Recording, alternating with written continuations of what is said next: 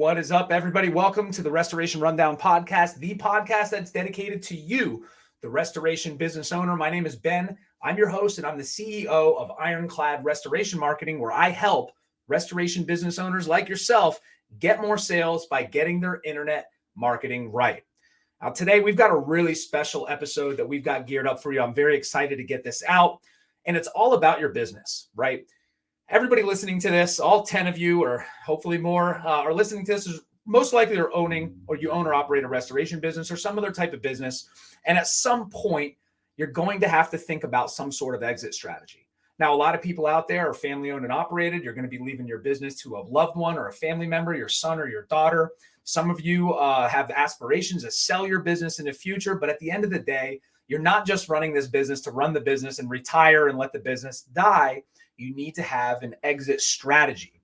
That's why I thought it'd be really important to bring on somebody that is an expert in exit strategy, somebody that helps restoration business owners get their businesses ready for sale and also helps you find restoration businesses that you would like to buy. So he's going to break down the how, when, and why to sell your restoration business, which is the title of his book that he's written. I want you to welcome Gokul from the Restoration Brokers of America to the Restoration Rundown Podcast. Gokul, can you see me? Can you hear me? Yeah, sure, Dan. Thanks for having me. Really appreciate it, and looking forward to a great conversation, Ben.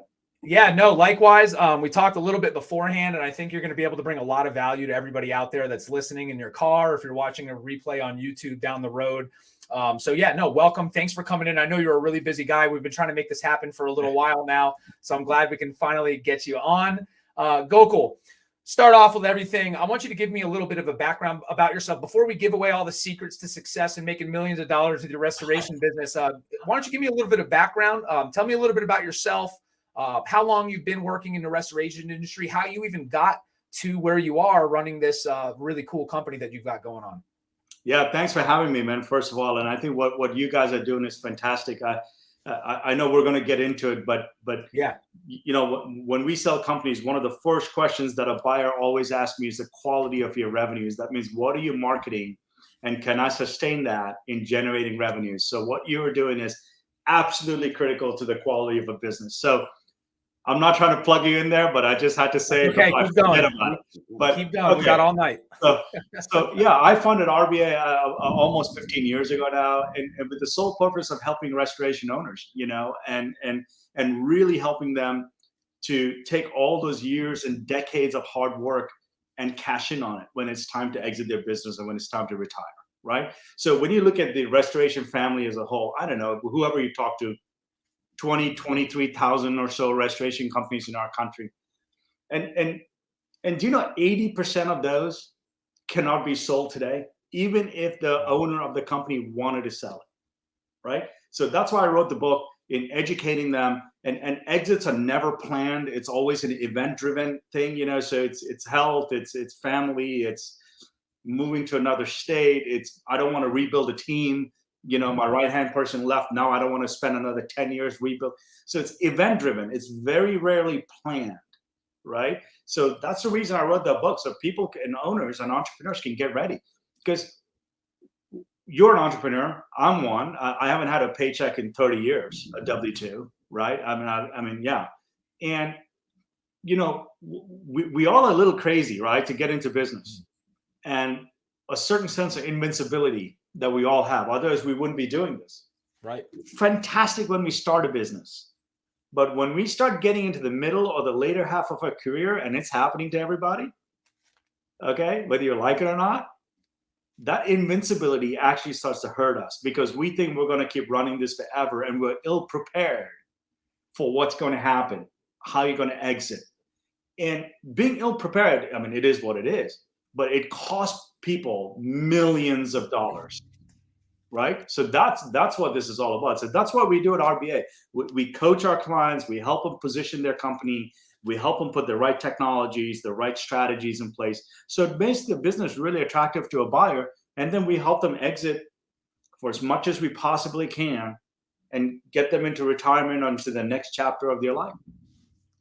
Sure, that's really cool. And I got a chance to look into what you guys did a lot, and it's very straightforward, right? Yeah. And I think what was really interesting, what you said, is that 80% of, and we all know we're both from Florida. I'm in South Florida. You're in the Central Florida area, but there's a lot of restoration businesses, and so I thought it was really interesting that 80% or more probably aren't ready to sell. They're not attractive. So I want you to touch on that eventually, but I did want to find out, what got you into this industry in the first place? Because we already know we're both crazy. We're both entrepreneurs and we're doing these things. And, you have better hair than me though, Ben, I mean, I might have you beat on the crazy part though. Maybe I can compete on the beard.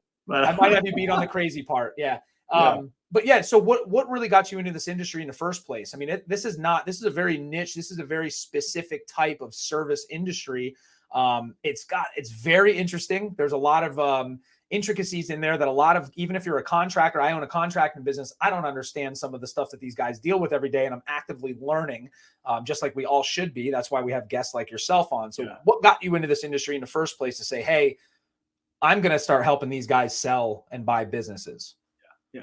So almost 20 years ago, when I got into mergers and acquisitions, we had a pretty successful firm I did here in Orlando. But as I was doing it,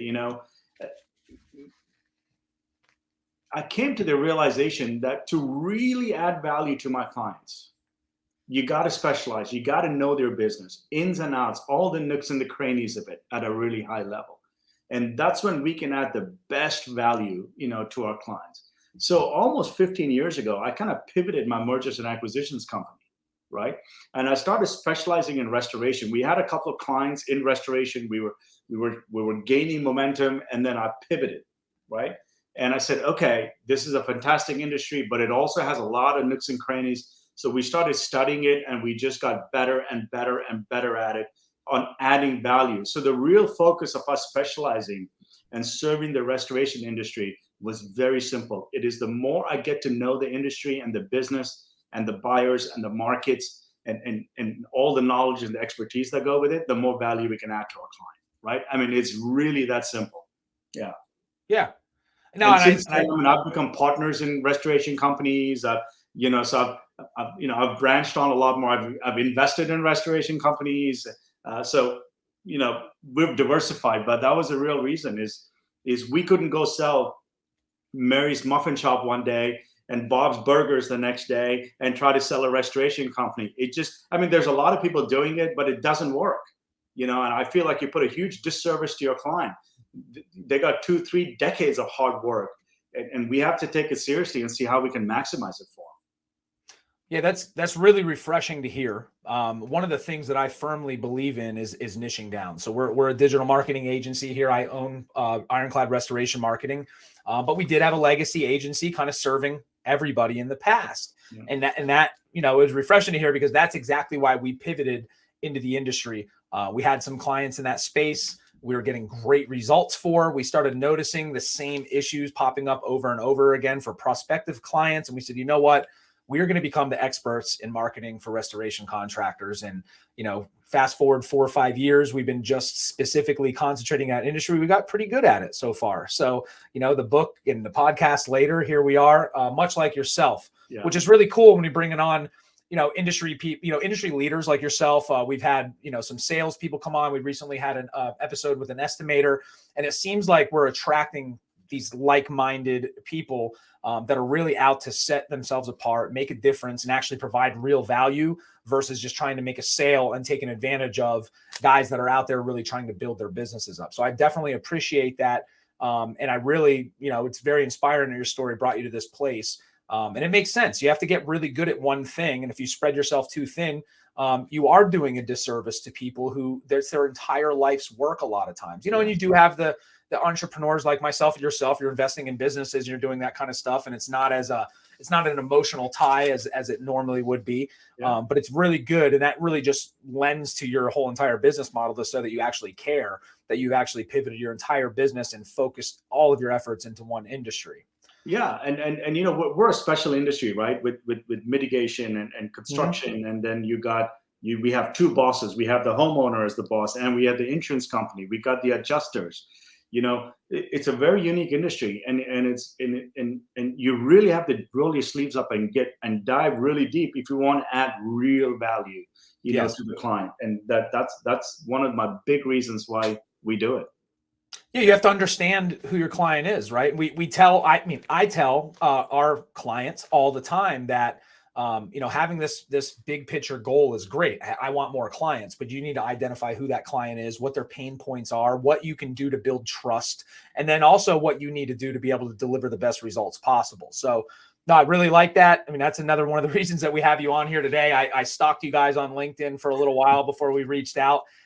So back to business. So your comment about 80% of businesses aren't ready to sell. That's astounding. That's a lot, right? So on that note, what do you see are the top 3 things that are putting people in that 80% bucket? There's great question. So if you look at our restoration owners as a whole, right? Usually restoration companies, an owner transitions in a small business every 9 to 10 years or so, right? And if you look at our industry, there's a lot of baby boomers in our industry that are getting ready to retire. They've been in it for 20, 30 years. Sometimes I talked to a gentleman this morning, been in it for 36 years. Wow. Right? And getting ready to retire. So there's a lot of event-driven turnover happening in the industry. Mergers, acquisitions been hot. But I'm not talking the big guys. I'm not even talking about the individual buyer, wanted to buy and get into restoration. The private equities are there and they get all the news, but there's a whole industry and a lot of action, so to speak, that goes on in the $1 million, $2 million companies also, right? And so when you look at all of those, there's a lot of people getting ready to exit our industry, but 80% of them cannot, even if they wanted to. Right? They're thinking of shutting the business down. They're thinking about, they'll call us and say, "Hey, I'm ready to do it." And it's one of the toughest calls we make, every week is, "Hey, I know you're ready, but your business is not." Yeah. It's a tough call to make. Yes. Right? Yeah. And a lot of people also say, "Hey, my kids are going to take it over. My grandkids are going to take it over." But to be really honest with you, I mean, less than 30% of American companies or small businesses transfer to the second generation. Wow. Right. And then it's less than 12%, that go beyond that. Right.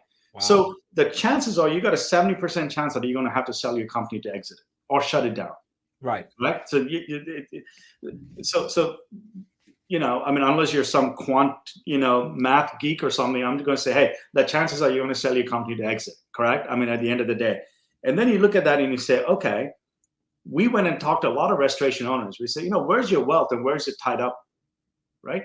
They're saying, hey, almost 80% of my wealth is tied up in my company. That's what most entrepreneurs do. I mean, yours, mine, I'm sure we're somewhere there in that ballpark. So there's the rub, correct? That's the challenge we're up against. A lot of your wealth is tied up here, but you can't cash in on it. Yeah. Because the technologies and the strategies that you're using to run a company and the technologies and the strategy you're using to sell it are different. Right. Correct? So when you get ready to exit, you got to align. And if you don't align, then you can't sell. It's stagnant. So it's kind of like money in a bank account you cannot withdraw. Yeah. Right? We know it's there, but you can't withdraw it. We know the equity is there and you can't withdraw it. And that's the challenge that's facing our industry right now. So would you say the biggest, I like to break things down to the most micro. We'll take a look at the macro. The macro is, hey, we've got all these businesses that are out there that are big money makers. I mean, if you're doing things correctly, there's a lot of money in this industry. It's billions and billions of dollars. And there's a lot of private equity firms buying up these businesses left and right. So that just tells you follow the money, you're onto something. But would you say, a bigger problem is, and I have family members that are entrepreneurs, they own smaller businesses. And you mentioned that all the wealth is, most of their wealth is tied into the business. Would you say the big problem is just the owner not being able to separate themselves from the business to where, hey, I want to sell my business, and a prospective buyer's looking at it and saying, well, if you're out of the picture, what do you got? You have so nothing. So the biggest mistake owners make is think they're going to run their business forever. I mean, it's really that simple. correct? I mean, that's the biggest mistake we all make. We think we're gonna live to 150 and we're gonna run it all the way, and we want to run it. I mean, so a lot of us just wait until it's too late. I mean, it's really that simple. So the number one mistake that people do is they wait and they don't plan for it, right? So you got to plan, ideally about 5 years before you exit. You start thinking about it, you put a plan in motion, you figure out where you are, and then you start working towards the thing that makes your business attractive to a buyer, right? Okay. Number one mistake that people make. So you mentioned making your business attractive to a buyer, and I guess that's the end game, right? What makes somebody's business attractive to a buyer? I mean, I'm sure profitability is a big factor in it.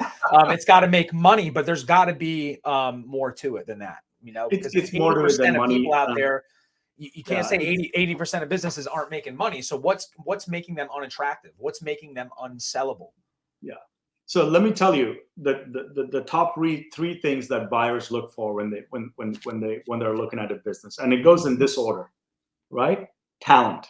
So they look at employees and management first, and a lot of people think it's money, and it's not. I mean, of course, you got to have financials, and it's got to be profitable. But if I can just the number one concern for a buyer when they look at your business is your management, your key people, and culture. Correct? Our industry has never paid a lot of attention to culture until COVID happened. Yeah. Right?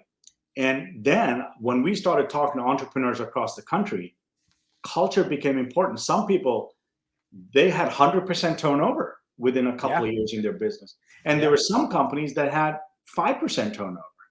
What's the difference? Culture. It was in place before COVID, and it was a strength of the company that carried them through. Sure. Correct? So that's becoming really important now from a buyer's point of view. The next thing they're going to look for is your revenues and financials and your trends. Obviously, companies that are growing and that are stable are worth more to a buyer than a company that's declining. Correct? So you're looking at those kinds of trends. And within those revenue trends, one of the things they're looking for, and it's called quality of earnings, which basically means what are you doing to generate the revenues that are coming into a company? And can the new person replicate that going forward at some reasonable level? Correct? Sure. So they're looking at that a lot, and that ties right into your company as marketing and generating diverse ways to attract a customer and to be consistently have the analytics and demonstrate to a buyer, this is how we do it, right? And Mr. Buyer, you can continue this post-closing. And then they look at systems and operations, right? So those are the top three that buyers are looking for. It sounds like, when you say systems and operations, I mean, from my point of view in my world, that's the game changer. It's having these systems in place and understanding how those systems work within the big picture when it comes specifically to marketing. You're right. How are you getting these leads in? Are you the guy? Are you the business owner just knocking on doors, going to B&I meetings, going all these networking things, chasing fire trucks around? What are you doing? Do you have an automated system in place, whether it be a third-party agency providing leads? Are you buying leads? What is the sustainable model for bringing this revenue or potential revenue is what we like to call leads, because not everybody's great at sales. And that's, I guess, another system that they need to work on. So it sounds like it boils down to having the proper automations and systems in place to where it's replicable, right? So where you're going to leave, you're going to exit, you're going to sell, new owner comes in, things are already in place to make sure that they're able to continue on this trajectory to being a profitable business. You hit the nail on the head. Listen, you cannot scale hard work. Right. You can't scale it. Okay? Whether your threshold is 40 hours is hard work for you or 80 hours a week. It doesn't matter. Wherever that level is, that it ends. You can't scale it. So systems helps a buyer realize that business can scale. Yeah. Beyond hard work. Correct? So so this whole idea of, work hard, and of course we all work hard, but it's not scalable. Yeah, so that's why we see a lot, the owners having to be able to take themselves out of the business. And, when we have these conversations, funny, we have nothing to do with mergers and acquisitions. I've never sold a business or bought a business personally, but we do have these conversations, and it's something to consider. And we're actually talking to our new clients and talking to past clients about it. What is your exit plan? Why are you hiring us to bring these leads in? Are you looking right in front of your face at what's right in front of you? Like, I need to make money today. Or are you looking for sustainable? Are you looking to build a garden, right? Are you wanting to go to the grocery store? Or do you want to go build a garden? We talk about that a lot in a lot of episodes. And that's the only way I could liken this process. Either way you do it, whether you're going to go to the grocery store to buy your tomatoes or you're going to grow a garden, it's still going to take an investment of people, which is going to be your culture, your softwares, and your systems. Just one is going to bear fruit forever as it's nurtured, and one is just fleeting. It's an immediate direct response. You get it coming in. So a big part of what we've been rolling into our clients and just having the conversation before we even start having the conversation about marketing is, what is your end game? Are you trying to build this business up to sell? Because that's going to put you in a different category. Right. Do you just need to get over this hump of a lull and you normally have really great referral sources of work? Why are you doing this? Right. And the same question when we boil things down to a guy that might, or a lady that's building a business, or why are you doing this? Are you one day going to hand this off to a family member? Which I thought was really interesting, that less than 30% of those businesses go that way. That's crazy to me, but makes sense. There's the guys out there force their children into the family biz, and some just don't. So, and here's another thing: is most third generation businesses go bankrupt. Wow. Because those kids that have grown up in that third generation and never been out on the field. Yeah, that makes sense. Right. And I'm not saying all, but I'm saying a lot of them. Right. So let me just expand a little bit on what you talked about. So you look at 100% of companies, 80% of them cannot be sold today. 15% of them can be sold. Let's just call them 7-figure exits. Right. And then you got 5% of them that create generational wealth. It's all how you look at the business. It's not like one is smarter than the other. It's all how they view their business. One is looking at it for a job and a W-2, and hey, I'm just going to make X and I'm good to go. I'm going to pay my bills. Mm-hmm. The top 5% are looking at it as an investment where they keep tilling it. It's like a garden. They're tilling it, and then they're harvesting. They're putting more, and they're harvesting it, and they're harvesting it. And at some point, it becomes really attractive to somebody. It's all about the mindset, how you look at your business. And what I always like to talk about is there's different levels of looking at a business. People look at a business where I don't want to work for somebody. That's like the most basic level of how people get into business. Hey, I want to be my own boss. What does that really mean? Yeah. Right? I mean, how is it being your own boss if you're working 90 hours a week? I can tell a lot of people who hate it. Right? And then you say, well, I just got to pay bills.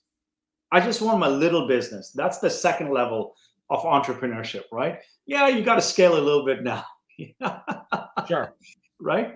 And then you get to the highest level of it where they're pure investors. Even if you own your business, you're looking at it as an investor. Okay.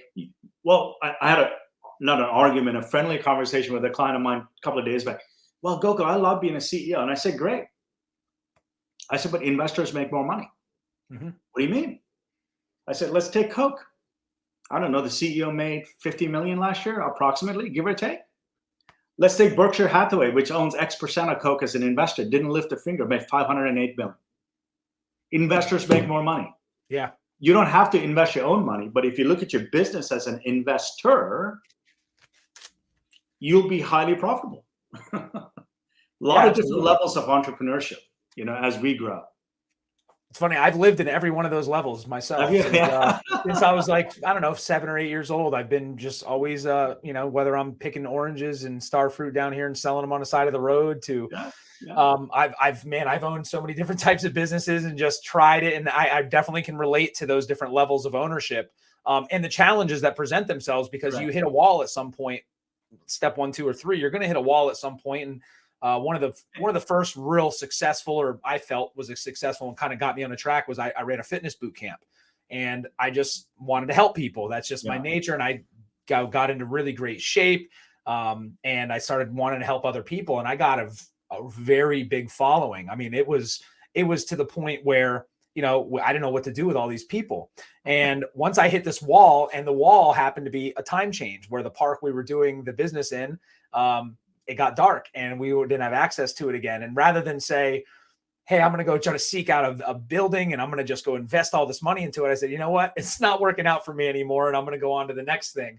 So, having that why is really important no matter what step you're in the business world and entrepreneurship. But a lot of times there's that natural progression because the other businesses I've owned have started that way. Hey, I don't want to work for anybody anymore. I'm nonconformist. I want to do it my way. I see a lot of opportunity in the world and myself.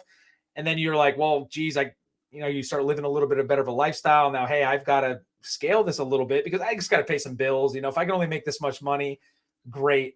And then you start seeing that. And then you start seeing that the investment in software and people and the culture that you mentioned is going to take a lot more. And that's where that break point is, where you either give up or you push to that next level. And I think a lot of people have gone through, and hopefully people can relate that are listening to this. What gets people, so if you're coming to talk to me and I own a restoration business and I'm at that level 3 and we're profitable and, I'm dealing with a lot of the common problems you're seeing. I'm sure you see the same thing over and over again, especially if there's such a high percentage of people that are having the same issues.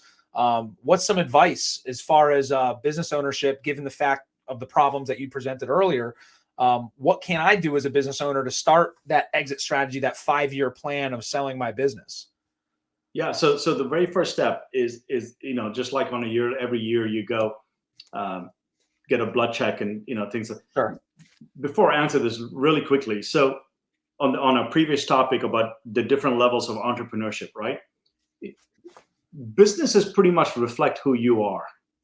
Does that make sense what I'm saying? Yeah. So yeah. If you don't think big, your business is going to be small. Mm-hmm. Right. So I can reflect in my own journey, man. It's the results are great, but it's more about what you have to become as a person to achieve that result. Yes. That's where the struggle is, and that's where the fight is. Does that make sense what I'm saying? Like, when it was just me, it was all about just me. Yeah. Now that I got employees in 5 states and they're depending on me for whatever reasons, and we got clients all over the country, it's no longer about me. I have to change. Yeah. So if I didn't feel like doing something at 5:00 on a Friday, I have to do it because that's what's needed off of me to do it. Right. That's the person I had to become to grow my business.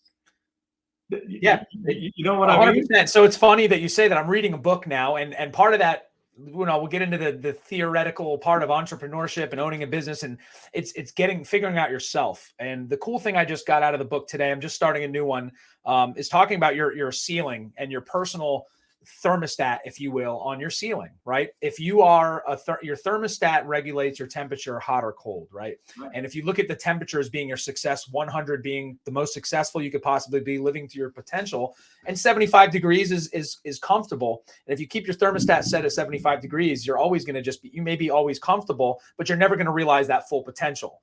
So learning this over the year, I'm a trial by fire kind of guy. I don't take a lot of time sometimes to think about things. I dive head first into the wall until I can break through the other side or hit my head enough times where I learn my lesson. I do believe that as a business owner that you need to kind of set your sights as high as you possibly can, dial that thermostat up as high as you possibly can, because what you end up doing is you set these limitations on yourself. You allow excuses to come into play. You allow these external factors that you think are just weighing down on you, like COVID, for as terrible as this pandemic was for people, it just, tore businesses apart. But I doubled my business during COVID. And I did too. And we did it because I had an infallible belief that we were here doing the right thing and we were better than everybody else, and that we were going to continue to push. When push came to shove, we were going to be pushing a lot harder. And we see our clients who did that were the ones we knew right off the bat. You get those red flags with people when they're just probably not as qualified as they could be. You see those red flags, and they were exponentially worse when push came to shove and things started getting hard. They're the type of people that take the batteries out of their watch to save time. They want to. The guys that made it really had that belief. They had their thermostat dialed up, and like you mentioned, you doubled your business during COVID. I mean, that's amazing, and that's why you understand that. People attract those like-minded individuals together, and you have to have that mentality. So mentality seems to be a very big actionable thing that you need to have in your business to make sure that it works properly. Yeah. So it's interesting, right? So it's all about who you have to become. I think that's the journey of an entrepreneur, and I think the highest level of it is becoming an investor. And when you start looking at your business as an investor, whether it's a small business or a big business, everything of how you look at it changes. Mhm. And you put the right KPIs in place and the business starts to grow, right? So one of the big reasons private equity, there's a lot of action on private equity. A lot of people say good things, bad things. I'm not judging, but here's what I'm trying to say. The reason private equity can take a company that's 30 years old and take it and put it on a rocket ship is they got a 7-year horizon, most of them. Correct? So with a 7-year horizon, they look at it as an investment, and they got to say, within 7 years, I've got to achieve certain ROIs or whatever their benchmarks are to be able to then unload it and then cash in for their investors. So that compressed time frame and an exit that's coming up in 4 to 7 years brings everything in clarity. Sure. Which is why you tell, it sounds, what you mentioned before is that, you have a 5-year exit plan. So you're putting some finality on it. It's almost like finding out you have 6 months to live and you're going to live that whole life in that 6 months. And that's the mentality that you should have when you run a business, that especially it's so easy to get caught up in the day to day. It's so easy to get concentrating on the sand when you should be beating on the big rocks to get them out of your way. I always feel that, you got to run your business as if you're selling it every day. I just feel like, because what it does, it brings you clarity on your strategy, on what's really important. And a lot of times when you're doing that, your business is going to be that much more successful already. Right. So you kind of can sit back with the luxury of saying, well, I have something that I've invested in that's going to be worth a lot of money, and you can sell it at your leisure or not sell it and just continue. We have the stories all the time, Ben. Yeah. We'll have a client that will call us and we'll say, whatever your business is worth, let's just pick a number, 2 million. Yeah. The client will say, I need 2.5 million. And I'll say, okay, let's talk every quarter. We'll do a strategy session. And we're going to take it on the market next January 5th. They'll put a date on it. Yep. And more often than not, they'll have their best year ever. Yeah. Because they have a time, it's finite now. Does that make sense what I'm saying? They have a plan and a goal. Right. They have a path. They have that path. And we preach that a lot. And some of my first episodes of this podcast, in my book, if you don't have a plan, I always allude back to the 79. There's a 1979 interview of Harvard graduates. I'm sure you've heard this.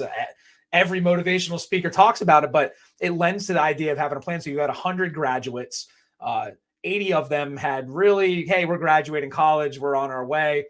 You had, 13% of them, 13 of them that had kind of a plan. I want to do X, Y, or Z, but they didn't really have it written down. They didn't have a goal. They didn't have any finality to it. Then you had 7 of them.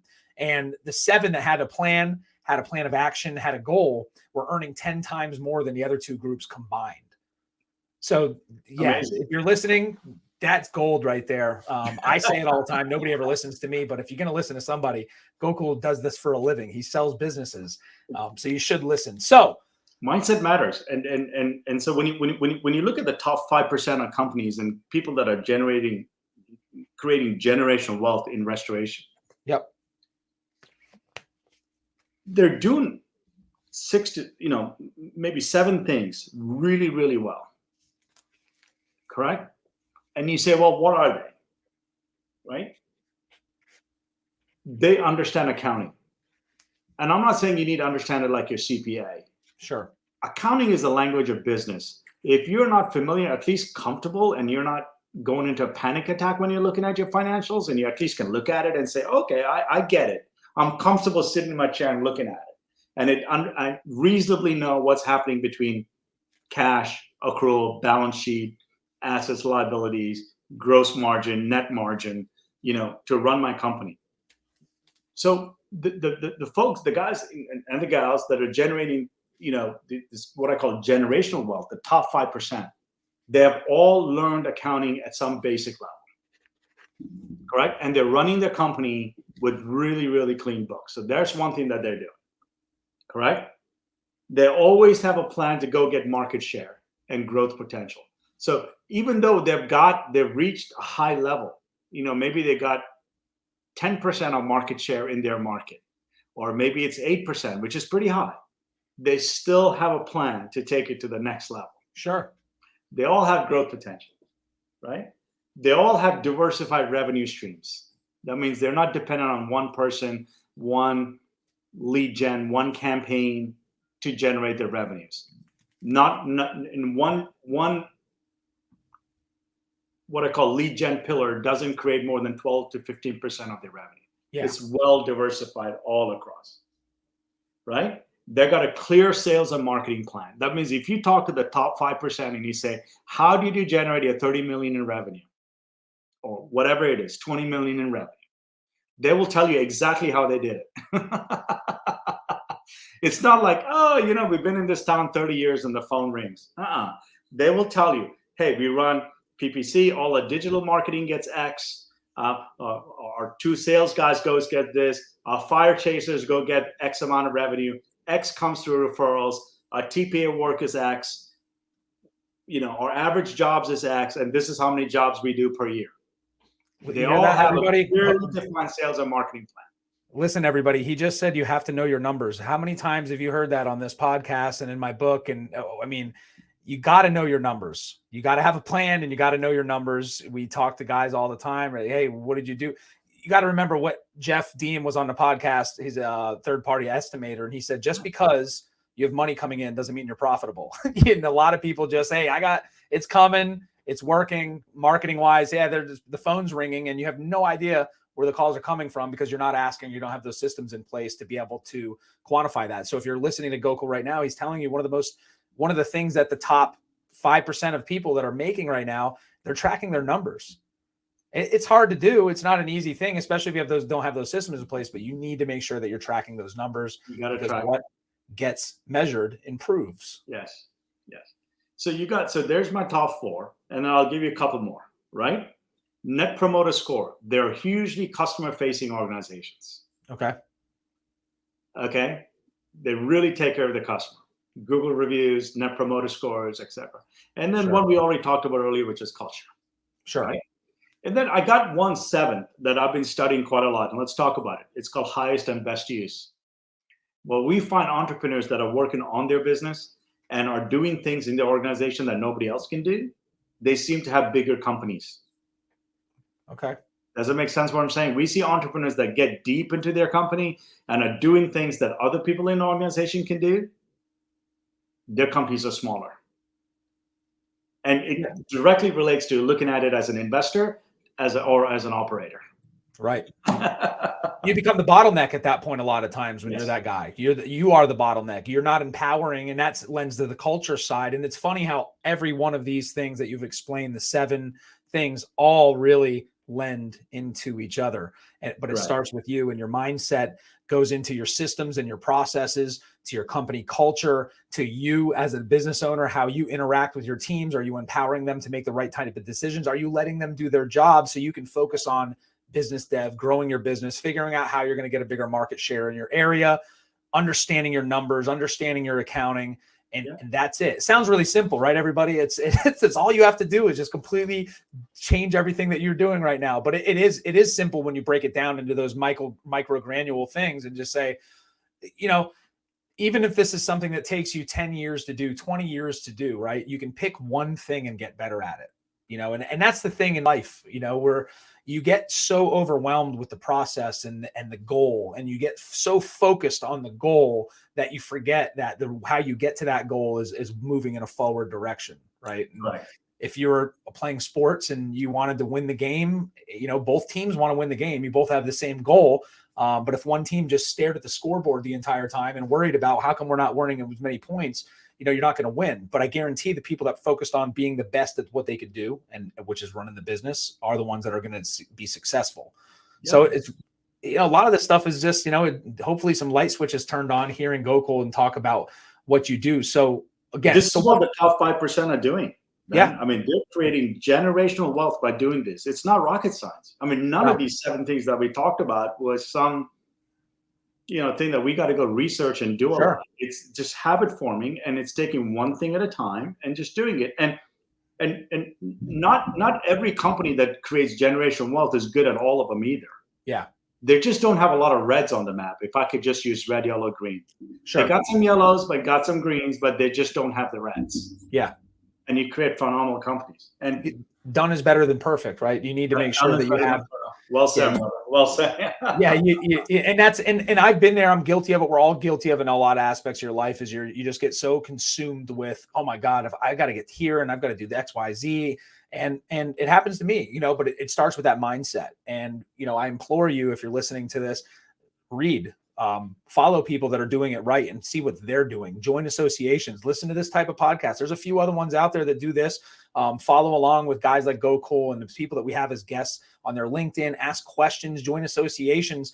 But the most important thing you can do is work on yourself and be the best, most present leader in your company that you could possibly be. There's a ton of books out there that walk you through those mindsets, whether you're a David Goggins guy and you want to have somebody cussing at you and say you need to get off your butt and do these things right, or you're looking at something like Atomic Habits to figure out how to build the right habits. All of that is going to translate into your teams. It's going to translate in your systems and processes in your business, and ultimately make you a bunch of money.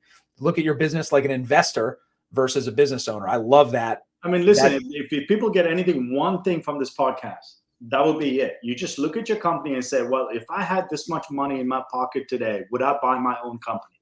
Yeah. It's really that simple. And the answer would be yes or no. If it's no, then why not? And you're going to come up with a list and go attack it. I mean, it's just that one little mind shift will transform how you do business. You don't have to do a lot, right? So in our business, we're going through it very similar. We're not perfect. We found out about 2 months ago, that we were not very good at follow-ups. A lot of leads and people, you know what? We decided we're going to get really good at follow-ups for the next 6 months. That's it. It's already transforming our business. We're just 8 weeks into this campaign. 8 weeks. Yeah. And right, you're just pick one.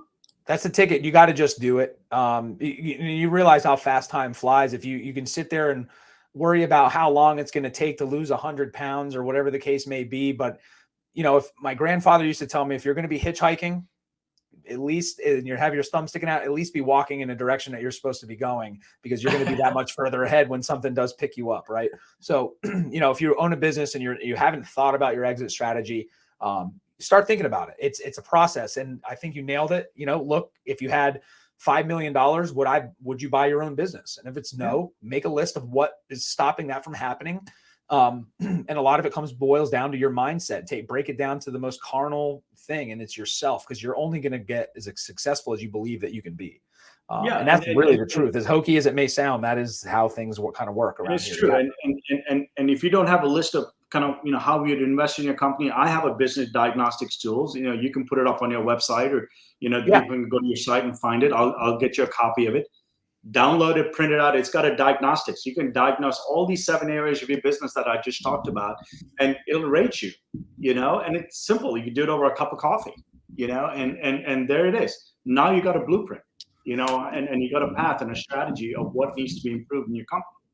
It sounds like a huge help. Gokul, as we're wrapping up now, I want to, obviously thank you so much. You've given so much value here. I definitely want to have you back on the podcast.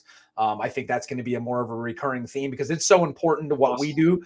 What he does and what we do go hand in hand. We help you develop these systems to make your business profitable, and Gokul helps you sell that business and give you the insight. So I know you have a book that you've written, and which is the theme of today: how, when, and why to sell your restoration business. But if somebody wanted to get in touch with you, what is the best way to do so? To start seeing what they need to do to start creating that exit strategy. Yeah, it's very simple. Just go to our website, www.rbasells.com. My book is down there for you to download. We got tons of videos, tons of education material to do it. I'm an entrepreneur myself. I buy and sell companies myself. So I'm constantly making education videos to help all of us in our industry. Go take a look at it. And then I'll give you the diagnostics tool. You can throw it up on your website. Yeah. People can come up there, download it, and it takes 15 minutes. It's done for you, and you can just see where you are as an investor, if you're an investor, and it would really help your company, whether you're trying to exit now, or whether you're trying to exit 5 years from now or 10 years from now. Those diagnostic tools would be gold. Absolutely. Again, you have to know your numbers, and I'm going to do the diagnostic tool. And we did speak before. You've got a little bit of an offer for the listeners. out there today doing a business analysis. Can you walk me through that? It looks like you're offering 50% off a business analysis. So that's taking that a step further from doing it yourself and having the experts kind of peel your business apart and see what you got to do. Can you walk me through that real quick? We do it all the time on our firm. Most of the clients that we work with an average of 2 years before we take them to the market. Okay. Because there's so much low hanging fruit. So we do evaluation, we do an analysis. We can come back to you with a game plan. We usually charge about $2,500 for it. Just have them come through your website or come through us and mention you, and we'll give you 50% off. And we're just pretty much doing it at cost, and all just to help you put a game plan in front of you, and so you can realize your fullest potential and where you want your business to be for you. Yeah. That's great. So you have, you're set up like kind of like a gym. You have the tools ready for them to go out and work out on their own, or you're providing personal training on how they can make money. Guys, it definitely sounds like it's well worth the investment in your business to go ahead and hire a consulting agency or a company like Gokul's. Again, the Restoration Brokers of America. You can find their website at rbacells.com. Gokul, thank you so much for your time. We're wrapping up here shortly. I wanted to thank you so much for providing all the value and the knowledge that you did. We will definitely be speaking soon. Thanks again. And we'll have you on shortly. Happy to do it, man. Thanks for having me. Thank you, sir. All right, everybody. That's it for the Restoration Rundown today. Thank you for tuning in. Please like, subscribe, and share the page. If you think that a restoration business owner that can get value out of what we do here, that's awesome. Just give us a like, share our page, and we will talk to you soon.